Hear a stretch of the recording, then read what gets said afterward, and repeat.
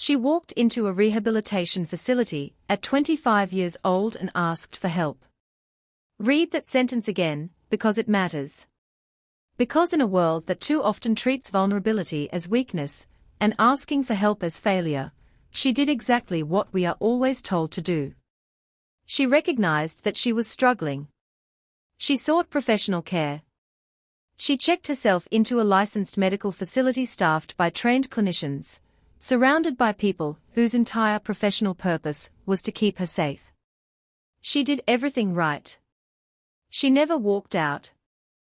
On February 4, 2024, a nurse discovered Emily Willis unconscious inside the Summit Malibu Treatment Center in Malibu, California.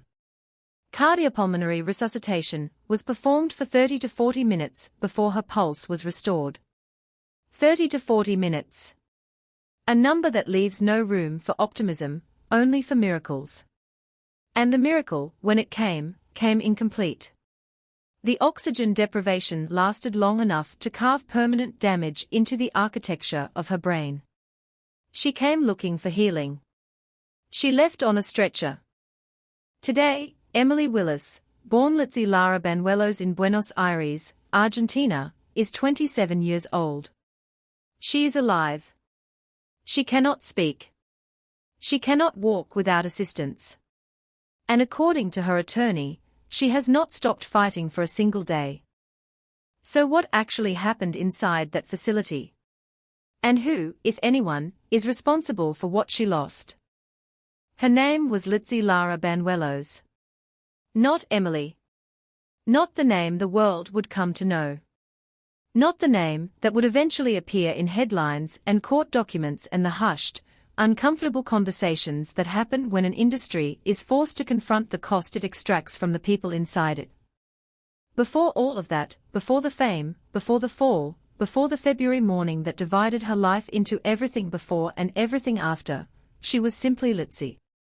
A girl born on December 29, 1998, in Buenos Aires, Argentina, into a world that had not yet decided what it would demand of her. She was 7 years old when the geography of her life changed forever. Her mother married an American citizen, and the family relocated to St. George, Utah, a city of red rock canyons and desert sky. A long way from the streets of Buenos Aires in every sense that matters. A new country, a new language, a new version of herself to build from whatever she could find. Most children in that situation struggle for years to find their footing. Litzy accelerated. She graduated high school a full year ahead of her class.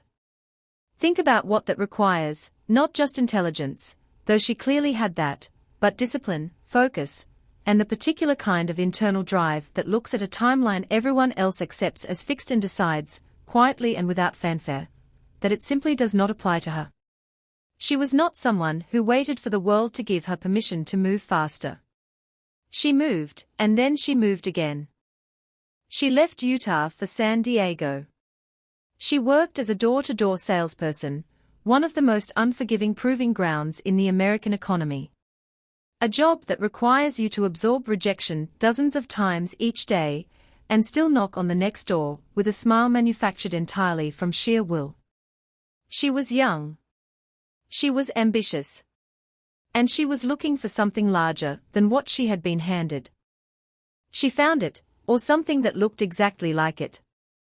She entered the adult entertainment industry, and under the name Emily Willis, she did not merely participate.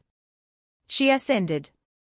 Awards, recognition, and an audience of millions built across platforms that did not even exist when she was learning English in a Utah classroom. By her early 20s, she had constructed a public identity so complete and so recognizable that the name Emily Willis carried its own gravity. People knew her. The whole world, in a certain sense, knew her. But the whole world did not know Litzy. And here is the question this story will keep returning to, the question that no lawsuit, no courtroom, and no settlement figure will ever fully answer: what was the distance between Emily and Litzy? Between the name the world knew and the person living inside it. Court documents filed by her family describe a young woman carrying a history of major depression, anxiety, and post-traumatic stress disorder. Not as a footnote, not as a detail buried in the margins, but as conditions that were documented, diagnosed, and central to understanding what brought her to Summit Malibu in the first place. She weighed approximately 100 pounds, 45 kilograms, when she checked in. 5 foot 3 inches tall. 100 pounds. She was 25 years old, and she was asking for help. The place she chose to ask, the licensed, professional, high-end rehabilitation facility perched above the California coastline, was supposed to be exactly the kind of place where asking for help was enough. It was supposed to be safe. There is a particular kind of place that California builds for people who are falling apart. You have seen them, even if you have never been inside one. They sit above the Pacific on cliffs that cost more per night than most Americans earn in a week.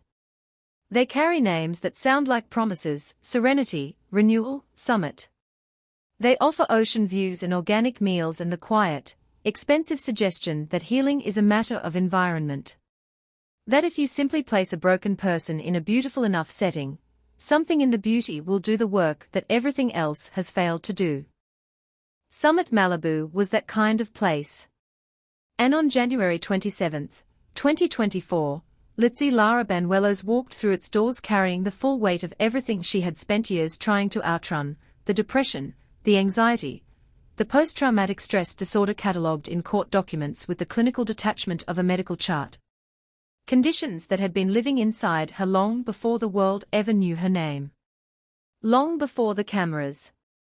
Long before the industry that would make her famous and cost her more than fame could ever repay. And the ketamine. 5 to 6 grams per day. That is the figure that appears in the lawsuit filed by her family. 5 to 6 grams. To understand what that number means, consider that medical ketamine, used in clinical settings under supervision for anesthesia, is administered in milligrams. What the lawsuit describes is not a habit. It is not a vice. It is the consumption pattern of someone in profound pain, reaching for the only thing that could temporarily reduce its volume to something bearable. She came to Summit Malibu to stop.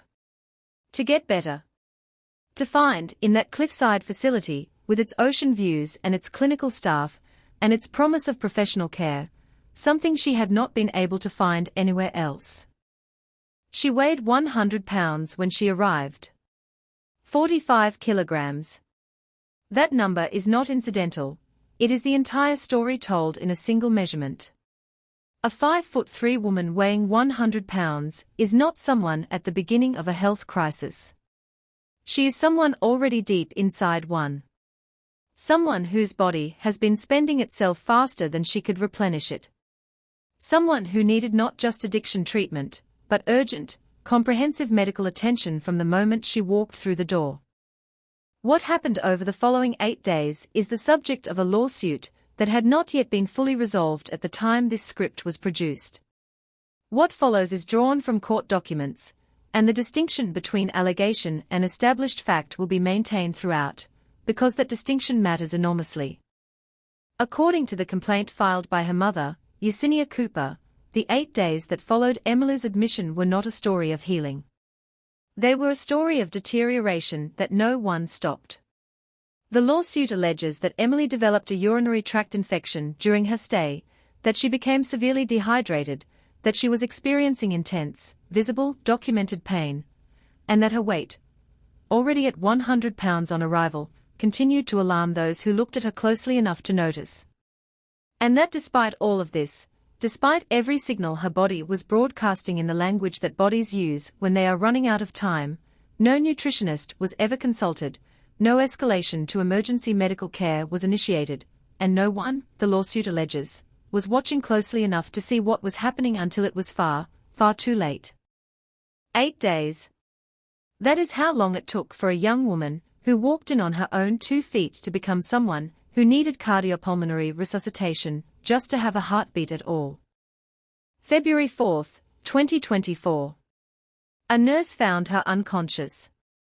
What followed was the controlled desperation of emergency medical response, chest compressions, rescue breaths, the physical and urgent attempt to force a stopped heart back into rhythm. It lasted 30 to 40 minutes. And if you are sitting with that number, trying to make it feel real, trying to translate it from a statistic into an experience, try this. Set a timer for 30 minutes. Watch the seconds move. Think about what it means for a human brain to be without oxygen for that entire span of time while hands press and release, trying to call a person back from wherever they have gone. She came back. But not entirely. Not in the way that word, back, is supposed to mean. Now the other side of this story demands to be heard with equal clarity, because some at Malibu did not accept the family's account. Not in the hallways, not in the press, and not in court. Their legal defense, documented in filings that carry the same evidentiary weight as the family's complaint, presents a version of those 8 days that looks entirely different. According to the facility, Emily Willis was not a passive victim of institutional neglect. She was, in their telling, a patient who actively resisted the care being offered to her, who refused her medications, who repeatedly and voluntarily declined to go to urgent care, who refused to go to the hospital even when staff directly encouraged her to do so. The language in their documents is precise and unambiguous. It is undisputed, they wrote, that during her stay, Willis refused to follow medical recommendations and take her medications. She refused to go to urgent care or the hospital voluntarily, despite being encouraged to do so by some at Malibu. 2 versions. The same 8 days. One ending. And somewhere between those 2 accounts, between the family's portrait of abandonment and the facility's portrait of refusal, lies the truth that a courtroom in Santa Monica was preparing to excavate. But before we get to that courtroom, there is something more fundamental that needs to be understood. Something that no legal argument can simplify, and no settlement figure can adequately address. What exactly did those 30 to 40 minutes, without oxygen, do to the brain of a 27-year-old woman? And what does it truly, viscerally, humanly mean to be completely conscious inside a body that will not respond? There is a word that neuroscientists use when they want to describe the most catastrophic thing that can happen to the human brain without killing it outright. Anoxic, from the Greek, meaning without oxygen. 2 syllables containing within them the entire architecture of devastation. Not the sudden violence of a bullet or the slow siege of a tumor, but something more fundamental and more total. A withdrawal. A theft. The removal of the one thing the brain cannot negotiate without, cannot defer, cannot compensate for through willpower or medicine or love. The human brain is the most oxygen-hungry organ in the body. It accounts for roughly 2% of total body weight. It consumes approximately 20% of everything the body produces. Every breath you take, every heartbeat that moves oxygenated blood through your vessels, 1/5 of all of that goes directly to 3 pounds of tissue sitting behind your eyes that makes you who you are. That consumption is not a request. It is a demand, immediate, absolute, and non-negotiable. The moment that demand goes unmet, a countdown begins. Not hours. Not days. Minutes. 4 to 6 minutes. That is the window neurologists cite when describing the threshold beyond which brain tissue begins to die in earnest. Not gradually, not in isolated patches that surrounding tissue can compensate for and absorb, but in cascades.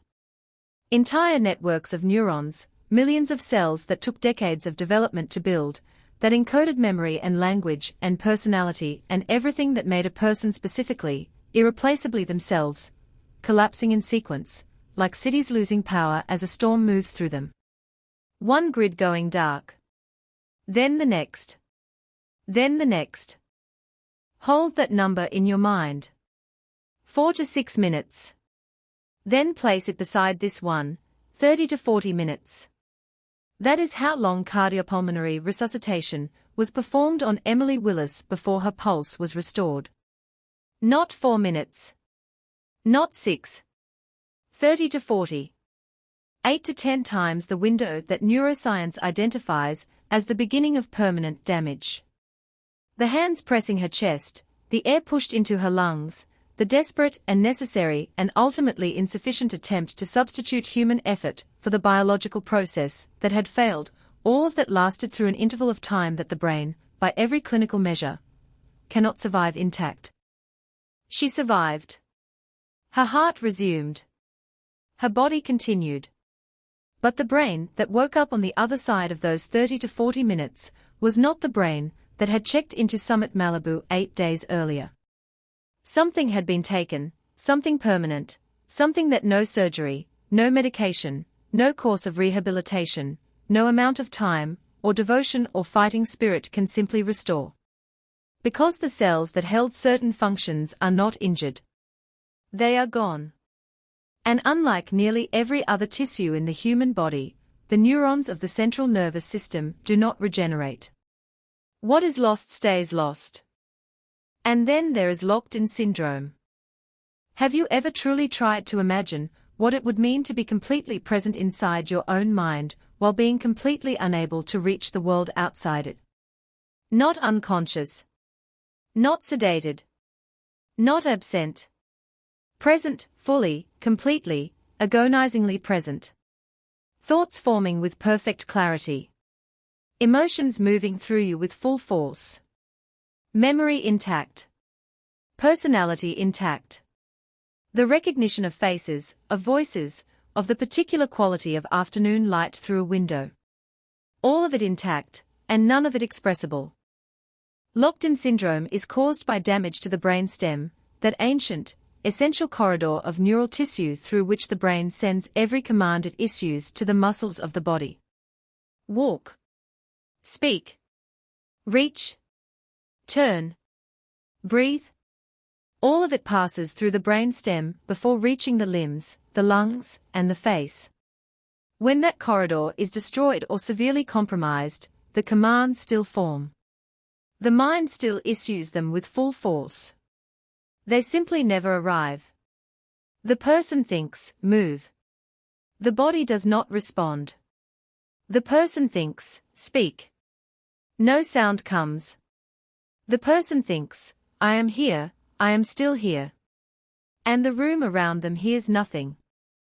It is one of the rarest and most philosophically devastating conditions in the entire landscape of human neurology. Not because it takes the person away, but because it does not. It leaves the person entirely present, entirely aware, entirely themselves, sealed inside a body that has become a room with no door. A letter written in a language no one nearby can read. But here is what the clinical literature also tells us. Here is what the people who have actually lived inside locked-in syndrome, and there are people who have lived there for years, for decades, consistently report from the other side of whatever communication channel they were eventually able to open. They were never not there. Many retain eye movement. The neural pathways governing the eyes sometimes survive the damage that claims everything else, because of where they sit in the brain stem's geography. Because biology does not always take everything at once. And through those eyes, through the singular voluntary motion of a blink or a directed gaze, people have found their way back to the world. They have answered questions. They have told their families they were not in pain. They have dictated memoirs. They have said, I love you in the only language available to them. And the people who loved them learned to listen. The lives lived inside locked-in syndrome are not half-lives. They are not empty waiting rooms. They are, by every medical, ethical, and human definition, the lives of fully conscious people who deserve the same dignity, the same advocacy, the same furious insistence on their personhood as anyone moving freely through the world. According to her attorney, Emily, Litzy remained bedridden in the months following that February morning. She had lost significant additional weight. She could not speak. Her physical condition, he said carefully, was not good. But she could make sounds, and she could move her body some.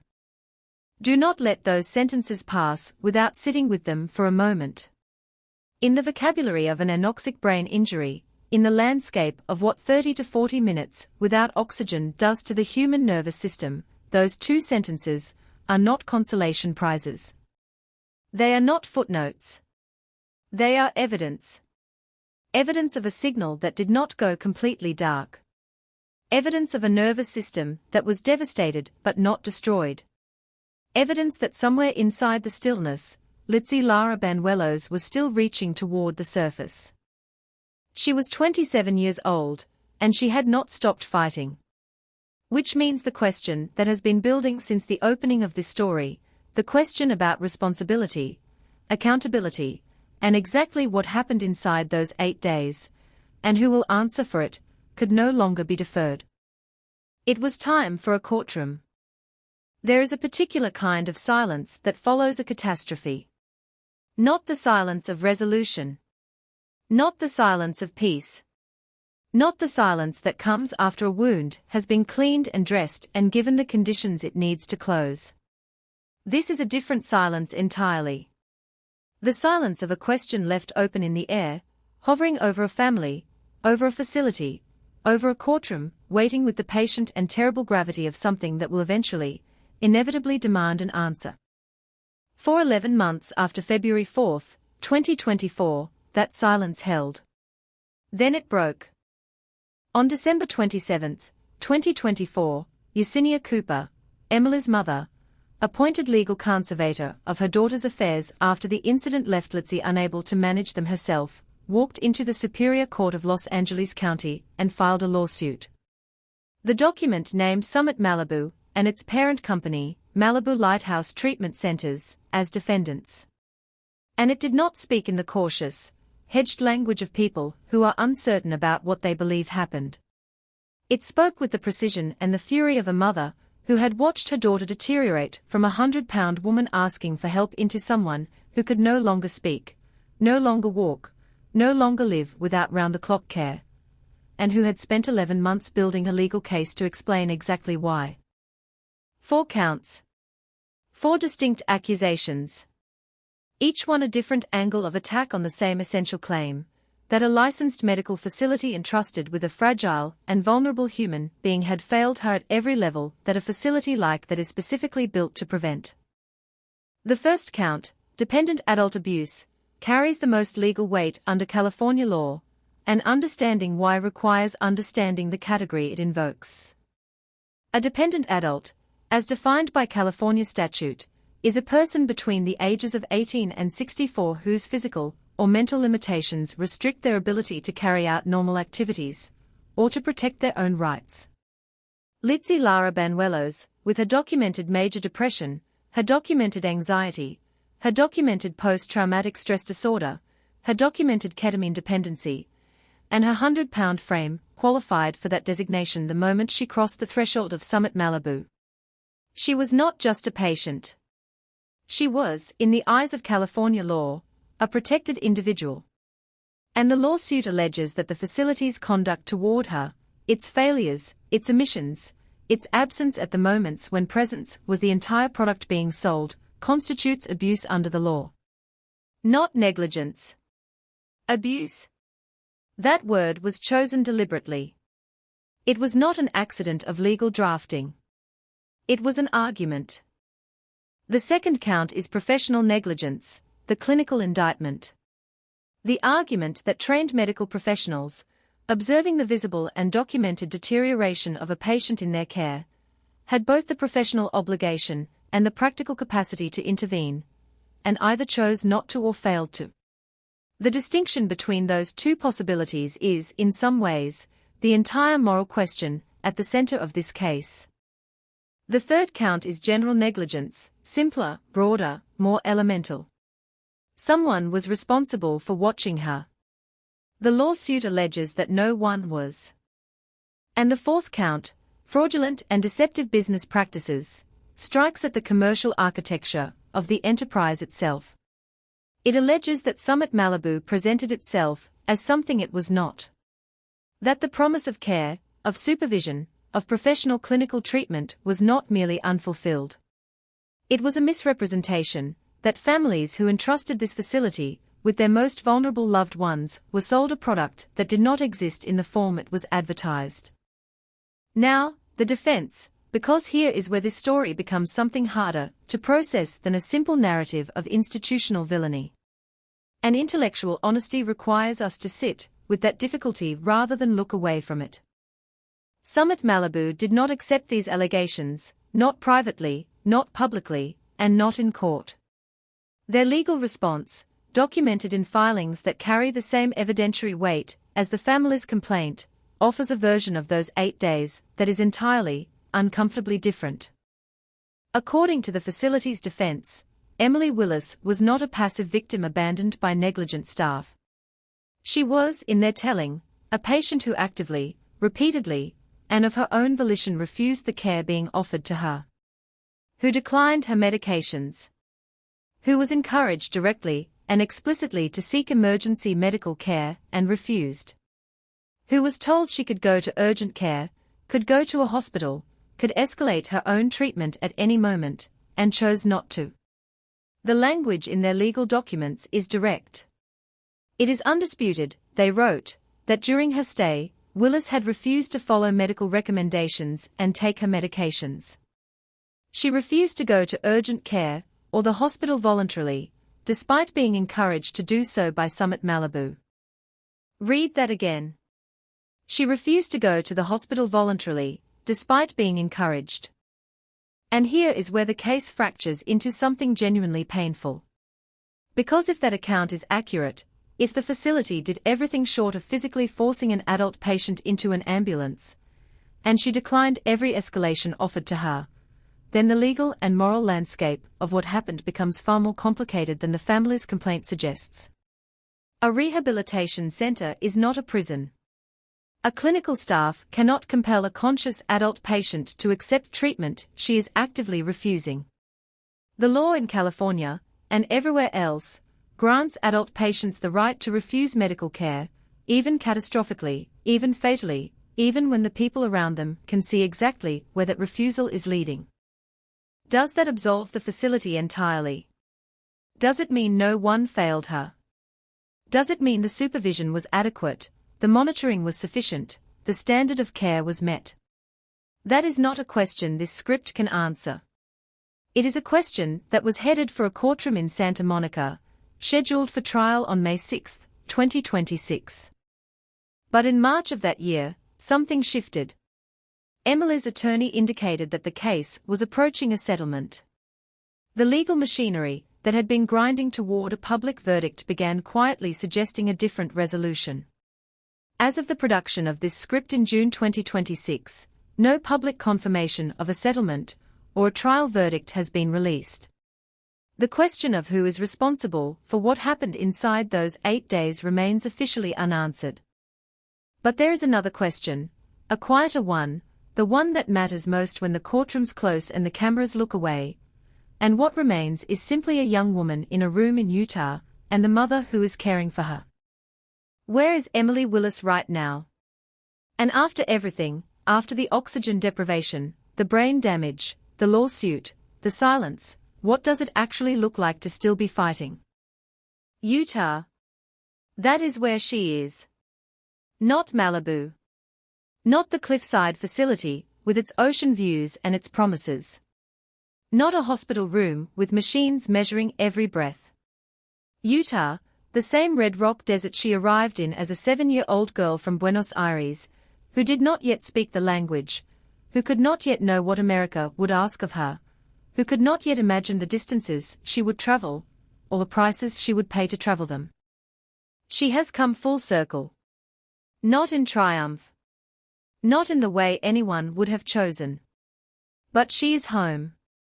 And the woman who carried her across an ocean the first time is the same woman carrying her now. Her mother. Yesenia Cooper. Think about what that means for a moment. Think about what it asks of a parent, not the dramatic, once-and-done sacrifice that makes for clean narratives, but the daily, unglamorous, exhausting, never-ending labor of caring for a child whose body has become a locked room. The medications. The positioning. The watching for signs of pain in a face that cannot always express it, The learning of a new language, not Spanish, not English, but the private vocabulary of blinks and sounds and micro-movements that a mother learns because love, when it has no other option, becomes its own form of fluency. Yesenia Cooper once crossed borders to build a better life. She is still building it, differently than she imagined, but she has not stopped. And neither has Litzy. In March of 2026, more than 2 years after that February morning, attorney James A. Morris Jr. spoke publicly about his client. Not to announce a verdict, not to celebrate a breakthrough, simply to report on the condition of a 27-year-old woman who was still here. Still present. Still reaching toward a surface that had not yet broken open for her. His words were measured, but they carried something no legal document in this case had carried before. Hope. Quiet, hard-won, undefeated hope. Fortunately, he said, Litzy is improving, although it be slow and arduous. Litzy is a fighter and is committed to returning to a functional lifestyle that will ease any burden on others to care for her. Read that last part again, not with legal eyes, but with human ones. She is committed to returning to a functional lifestyle that will ease the burden on others. She is not thinking about herself. She is thinking about her mother. About the weight her care places on the people who love her. About becoming again someone who gives more than she requires. That is not the inner life of someone who has surrendered. That is not passivity dressed up as peace. That is the interior monologue of someone who is still fully, completely, defiantly present. Who is still making plans. Still setting intentions. Still insisting on a future. That is Litzy Lara Banuelos, 27 years old, born in Buenos Aires, raised in the Utah desert. A person who graduated early from a timeline she refused to accept, who worked a job built on daily rejection, who built a public identity from nothing, who walked into a place designed to protect her and nearly did not come back. And who, in spite of all of it, through all of it, kept going. She walked into a rehabilitation facility asking for help. A lawsuit was filed. A courtroom was scheduled. And somewhere in the middle of all of it, somewhere between the legal arguments and the medical reports and the headlines, a young woman kept doing the only thing she had ever really known how to do. She kept going. And so here is the question this story leaves you with. The one that stays long after the video ends and the screen goes dark. What do we owe the people who are brave enough to ask for help? What is our responsibility, as individuals, as an industry, as a society, to the human beings who walk through the doors of the places built to protect them? Leave your answer in the comments, because Litzy's story deserves to be heard by more than an algorithm. And if this video moved you, if her fight means something to you, share it. Because the least we can give her is a world that refuses to look away. And if you want to keep following her story as it develops, subscribe, because when there is an update, you will want to be there.